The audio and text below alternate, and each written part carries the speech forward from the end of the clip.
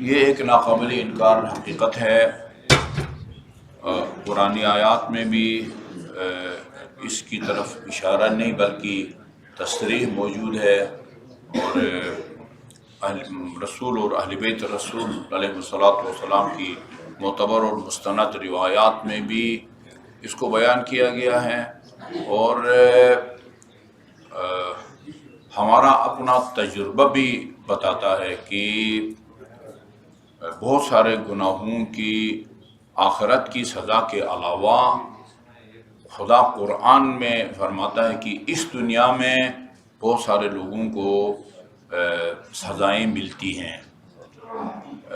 بندے کو یہ نہیں پتہ ہوتا ہے کہ یہ مجھے جو نقصان ہوا ہے، سزا ملی ہے، یہ جو مجھے وہ ٹھوکر لگی ہے، کانٹا چبھا ہے وغیرہ وغیرہ، یہ کس گناہ کے نتیجے میں ہوا ہے۔ لیکن یہ طے شدہ بات ہے کہ اس دنیا میں چانس نام کی کوئی چیز نہیں ہے۔ یہ اتفاق جسے کہتے ہیں، اتفاق عربی میں تصادف کہتے ہیں، صدفہ نہیں ہے، دنیا میں صدفہ نہیں ہے۔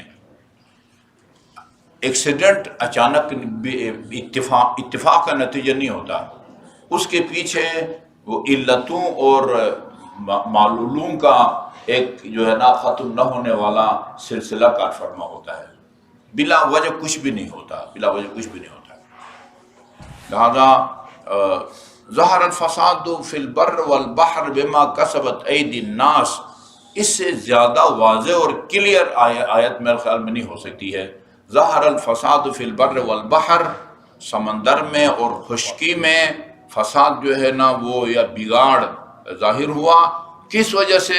بما کسبت ایدی الناس، لوگوں کے اپنے ہاتھ کے اعمال کی وجہ سے، اپنے ہاتھ کے اعمال کی وجہ سے۔ ہمیں کوئی پتہ نہیں چلتا کہ کس عمل کے نتیجے میں کس گناہ کی وجہ سے جو ہے نا یہ حادثہ پیش آیا ہے، یہ سانحہ پیش آیا ہے۔ اور یہ ضروری نہیں ہوتا کہ جو حادثہ پیش آتا ہے، آفت نازل ہوتی ہے، وہ اس کے اوپر نازل ہو جس کی وجہ سے یہ آفت نازل ہوئی ہے، نہیں، سب کو اپنے جو ہے نا وہ لپیٹ میں لے لیتی ہے۔ اتقوا فتنة لا تصیبن الذین ظلموا منکم خاصہ، اس اجتماعی عذاب سے بچو جو نازل ہونے کے بعد ظالموں تک محدود جو ہے نا وہ نہیں رہتی۔ اتنی وہ خطرناک آیت ہے، ہر خشک تر کو اپنے لپیٹ میں وہ لے لیتی ہے۔ میرے خیال میں اسی مرحلے کے اوپر میں آپ کو یہ سنا دوں، شیخ محسن علی نجفی رضوان اللہ تعالی علیہ، انہوں نے اپنی کتاب تفسیر الکوثر میں اگر اس کو نہ دیا ہوتا تو شاید میں بیان نہ کرتا، خوف آتا ہے، لیکن انہوں نے سورہ زلزال، یہ اللہ کا پہلا اور آخری کام نہیں ہے، پہلے بھی ایسا ہوتا رہا ہے، ابھی بھی ہو رہا ہے اور آئندہ بھی۔ یہ سنت الہی یعنی قدرت کا روٹین، لا تبدیل جو ہے نا وہ لخلق اللہ، یہ اللہ تعالیٰ کی اس میں تبدیلی نہیں آتی، اس کا سلسلہ جو ہے نا وہ جاری ہے۔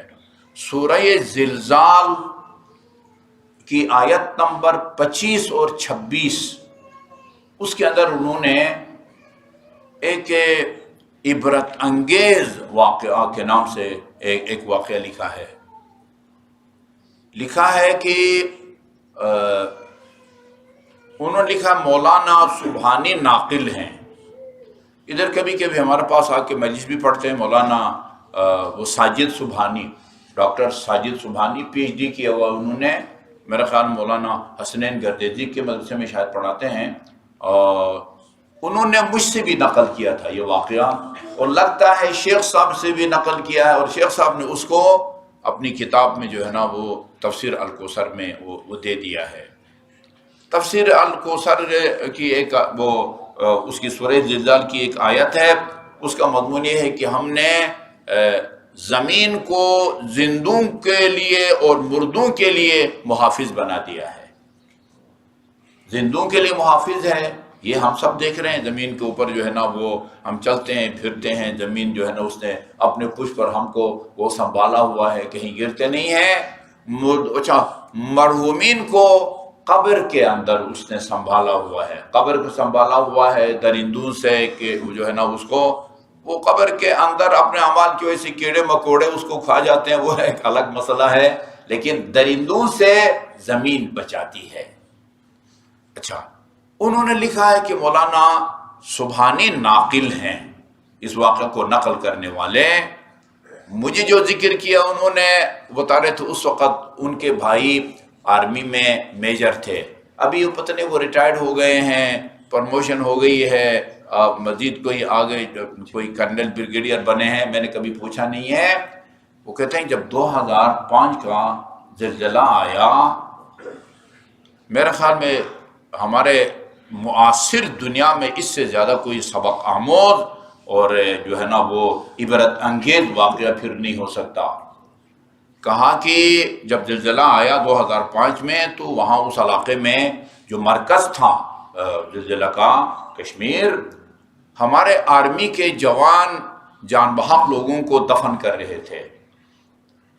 ایک بندے کو جو جان بحق ہوا تھا انہوں نے قبر بنا کے اس کو قبر میں رکھا، قبر نے اس کو باہر اگل دیا، باہر پھینک دیا، نہیں رکھا اس کے اندر، قبر کے اندر۔ دوسری دفعہ اس کو قبر میں رکھا، دوسری دفعہ بھی اس کو باہر پھینک دیا قبر نے۔ پھر انہوں نے اس کو لے جا کے سمندر میں پھینک دیا، ادھر جو پانی دریا بہ رہا ہے، کون سا دریا ہے پتہ نہیں، سندھ ہے جو نیلم میں، اس نے بھی باہر پھینک دیا، 2 دفعہ اس نے بھی باہر پھینک دیا۔ ایک خاتون اس کے پاس بیٹھ کے رو رہی تھی، اس سے پوچھا کہ بی بی یہ آپ کی کیا لگتے ہیں، یہ جس کو قبر بھی قبول نہیں کر رہی ہے، باہر پھینک رہی ہے، پانی بھی جو ہے نا اس کو قبول نہیں کر رہا ہے، دریا کا پانی، ہمیں اس کو ذکر کرتے ہوئے خوف آتا ہے۔ کہا یہ میرے والد ہیں، میرے ساتھ اس کے ناجائز تعلقات تھے، اس کے نتیجے میں ہمارے 2 بچے ہیں، 2 بچے ہیں۔ یعنی قیامت برپا ہو گئی ہے نا، بس وہ کیا چھوٹی سی قیامت ہے، قیامت برپا ہو گئی ہے، اللہ تعالیٰ جو ہے نا وہ فَمَن يَعْمَلْ مِثْقَالَ ذَرَّةٍ خَيْرًا يَرَهُ وَمَن يَعْمَلْ مِثْقَالَ ذَرَّةٍ وَشَرًّا يَرَهُ۔ کوئی پتہ نہیں ہوتا کہ کس گناہ کے نتیجے میں کس کو سزا مل رہی ہے۔ کبھی عین ممکن ہے کہ اصل گناہگار بچ جائے، عین ممکن کیا بلکہ ہمیں خود نظر آتا ہے، یہ روایات میں ہے جب کسی ملک کا حکمران جھوٹ بولتا ہے تو وہاں وہ ملک قحط سالی کا، خوش سالی کا شکار ہو جاتا ہے۔ یہ جھوٹ ہمارے حکمران بولتے ہیں، وہ تو متاثر نہیں ہوتے۔ وہ ایک وزیر اعظم کے بارے میں سنا تھا، اس کا پینے کا پانی بھی فرانس سے آتا تھا، اس کو اسے کیا پرواہ ہے۔ خشک سالی کے شکار سے متاثر تو وہ ہوں گے جن کی بیچارے وہ بارانی زمینیں ہیں، کاش کر کے اللہ کی رحمت کے انتظار میں رہتے ہیں، بارش ہو جائے تو ہماری فصل جو ہے نا وہ پکے۔ وہ جھوٹ کوئی بولتا ہے، سزا اس کی کوئی اور بھگتتا ہے۔ اب آپ کے ذہن میں فوراً ہو سکتا ہے یہ سوال اٹھے، ہم تو اللہ تعالیٰ کو عادل مانتے ہیں، توحید، عدل، نبوت، امامت اور قیامت ہے، کیا یہ خدا کا عدل کا تقاضا ہے کہ وہ جھوٹ کوئی اور بولے اور یہ بیچارہ بارانی علاقے کا جو زمیندار ہے وہ متاثر ہو، اس کی گندم جو ہے وہ خراب ہو جائے؟ اسی طرح وہ ایک بندہ جس کی وجہ سے یہ زلزلہ آیا، وہ تو صرف وہی نہیں مرا، پورا علاقہ، یہ آپ کا ایفٹن ٹاور، یہ سارا، یہ ایسا ہوتا ہے جس کی وجہ سے گناہ یہ عذاب نازل ہوا تو وہ تو ذمہ دار ہے ہی، باقی جو بے گناہ پس گئے ہیں ان کو اللہ تعالیٰ اتنا معاوضہ دے گا روز قیامت کی وہ راضی ہو جائیں۔ یہ عدل الہی کا تقاضا، یہ ہمارے عقائد کی کتابوں کے اندر وہ لکھا ہوا ہے۔ لہذا اور محمد علی محمد بلندر صلوات، یہ میرے موبائل میں بھی ہے، میں اپنے یہ دیکھیں جی ایک عبرت انگیز واقعہ سورہ مرسلات آپ نے زلزال کا سورہ مرسلات ہاں سورہ مرسلات ہے جی، زلزال نہیں ہے، سورہ مرسلات کی آیت نمبر 25 اور 26 ہے. یہ دیکھو سوشل میڈیا بڑا خراب کرتا ہے. اچھا جی، یہ مرسلات ہے. تو یہ میں اس لیے یہ سامنے لایا تھا کہ ہمیں گناہان کبیرہ ہر وقت ہمیں زبانی یاد ہونی چاہیے، ان کی طرف متوجہ ہونے چاہیے تاکہ ان سے بچیں، اور اس سے بچنے کے نتیجے میں جہاں ہم آخرت کے عذاب سے بچیں وہاں دنیا کی اس طرح کی جو ہے نا وہ آفتوں سے، ایک اس طرح کے نوعیت کے سنگین اور انسانیت سوز گناہوں کی وجہ سے علاقہ جو ہے نا وہ تباہ و برباد ہو جاتا ہے. اچھا بات چھوٹے موٹے ہوتے ہیں، اس کے نتیجے میں آپ کو ٹھوکر لگتی ہے، کوئی کانٹا چبھتا ہے، بندے کو پتہ ہونے چاہیے. اچھا میں جلدی ابھی میں دیکھ رہا تھا وہ ایک گناہان کبیرے کی طولانی فہرست میرے سامنے آئی ہے، میں وہ جلدی وہ پڑھتا جاتا ہوں تاکہ یہ ہمارے دل و دماغ پر یہ گناہ سوار رہیں اور ہم ہر وقت بچیں، اور اس کے نتیجے میں ان گناہوں سے بچنے کے نتیجے میں دنیا کے عذاب سے بھی محفوظ رہیں، سانحات سے بھی محفوظ رہیں، اور آخرت کے عذاب سے بھی محفوظ رہیں. اچھا جی، نمبر 1 شرک، کسی کو خدا کا شریک قرار دینا، عبادت میں، خالقیت میں، رازقیت میں، ربوبیت میں، تدبیر کائنات میں. خون نہ حق بہانا، آق والدین ہونا، جنگ سے فرار کرنا، گھر بیٹھے رہنا رسول کے کہنے کے باوجود کہ چلو بھائی نہ جائے، یہ بھی حرام ہے. میدان جنگ میں جانے کے بعد جو ہے نا وہ علم پھینک کے وہ چلے جائیں. وہ ہم ترجمہ قرآن تیار کر رہے تھے، سورہ جنگ احد جو ہے سورہ آل عمران میں اس کا ذکر ہے.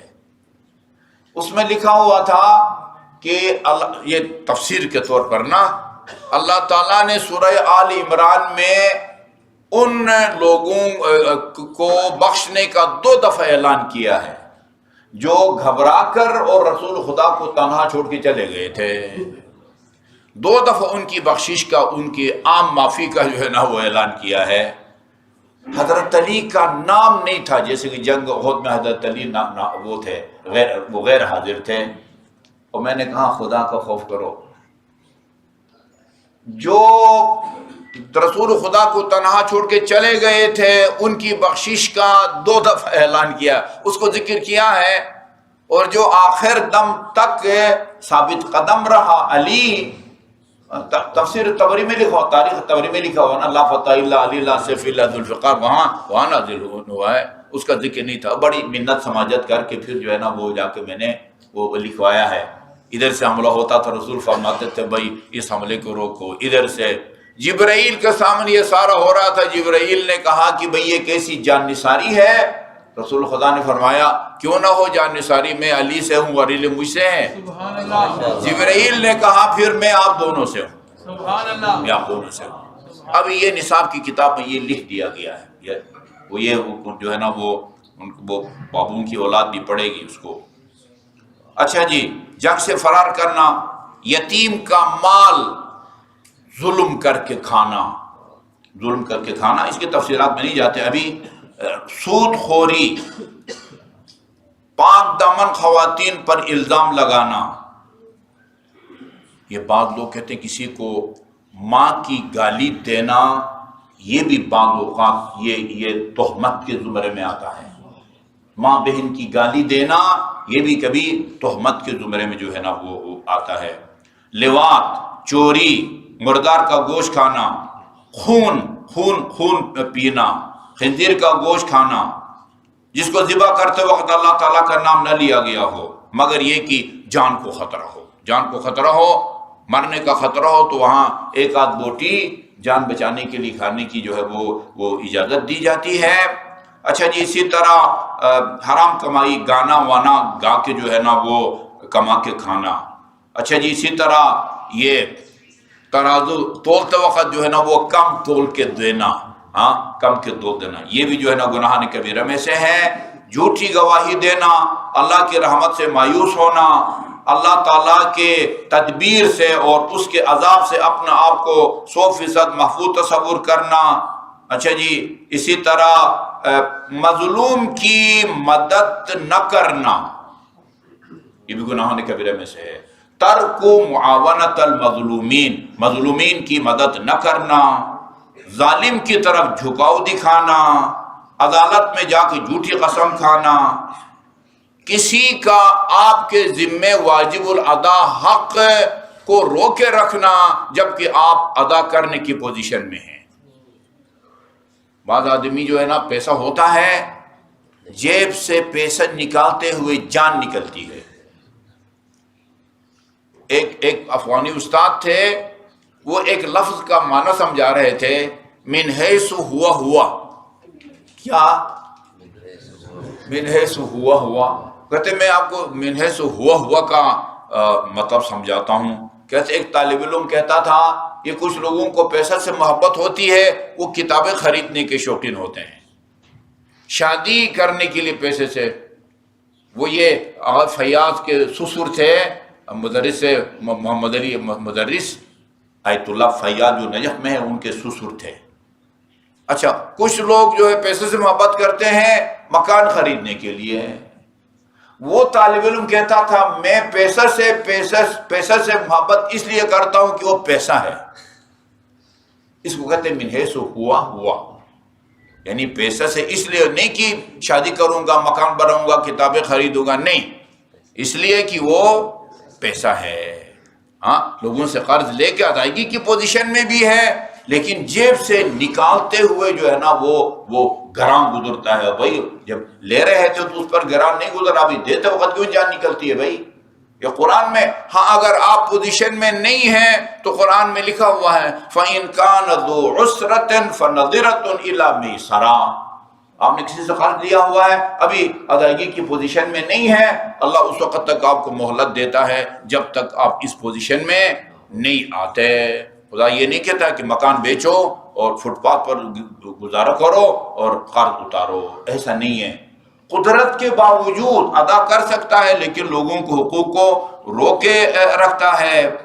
تکبر کرنا، جھوٹ بولنا، فضول خرچی کرنا، خیانت کرنا، جی حج کو معمولی سمجھنا، اچھا جی لہو لعب سے مربوط ہونا، یہ گانا وغیرہ گانا، ڈول بانجا وغیرہ بجانا، اور بار بار گناہ صغیرہ کرنا، بار بار گناہ صغیرہ، وہ پھر کبیرہ میں تبدیل ہو جاتا ہے، وہ پھر عدالت کے منافی ہو جاتا ہے۔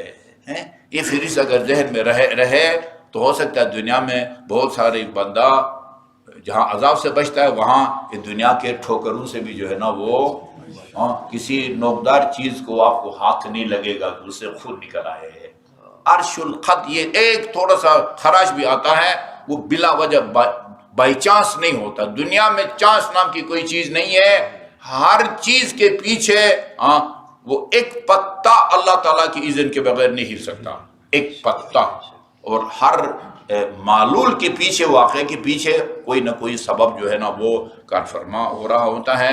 لہذا یہ جو ہے نا وبال جان بننے والے گناہ ہر وقت ہمارے دل دماغ پر ان کو سوار رہنا چاہیے۔ وصلی اللہ علی محمد و آلہ الطیبین الطاہرین۔